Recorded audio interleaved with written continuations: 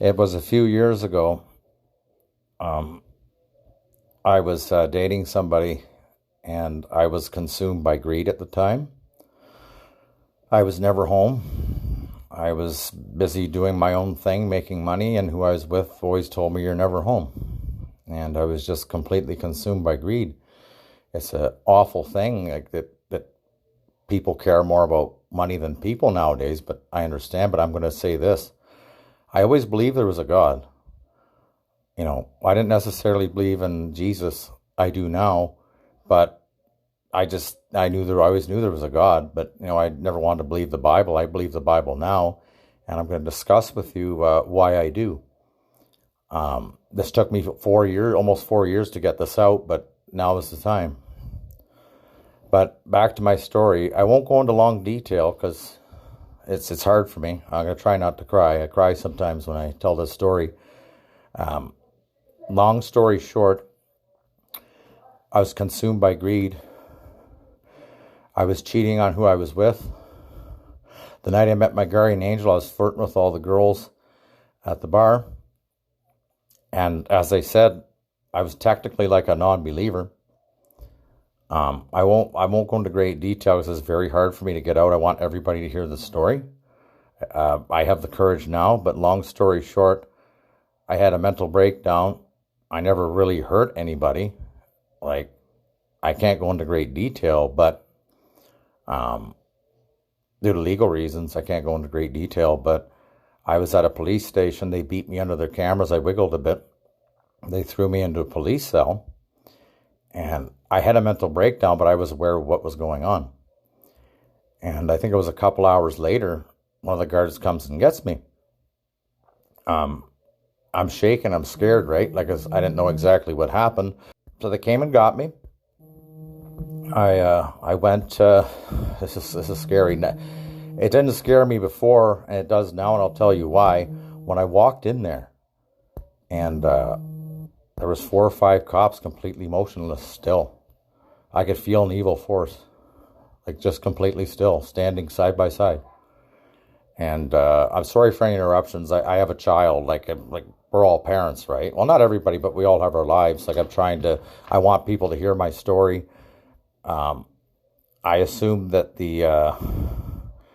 that's just what cops do, but I could feel an evil presence.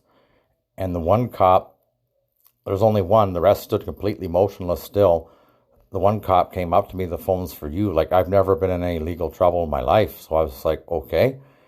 And I get on the phone because I was still recovering from having an episode of manic mania. I believe it was possession because when it happened, I was not in control of myself. It's like something was telling me to do things. I picked the phone up and the lady says hello, and all I could tell her was I'm scared. Like, I was really scared. And she goes, "No, listen." And I said, "I'm scared." And she goes, "No, you have to be quiet." And that's when I found out I was in trouble. And when I did get, the charges were listed, my jaw had hit the floor. I had been charged with something shouldn't have been charged with. In my opinion, I never punched or hit anybody, but due to legal reasons, I can't go into great detail. During my mental breakdown, I thought the world was ending, and I rushed up and down town, and I tried to tell who I was with at the time that the world was ending because something was telling me that the world's ending. Go downtown. Jesus is there. Everybody's there waiting for you. There's much more of the story, but I have to keep long story short just to get this out.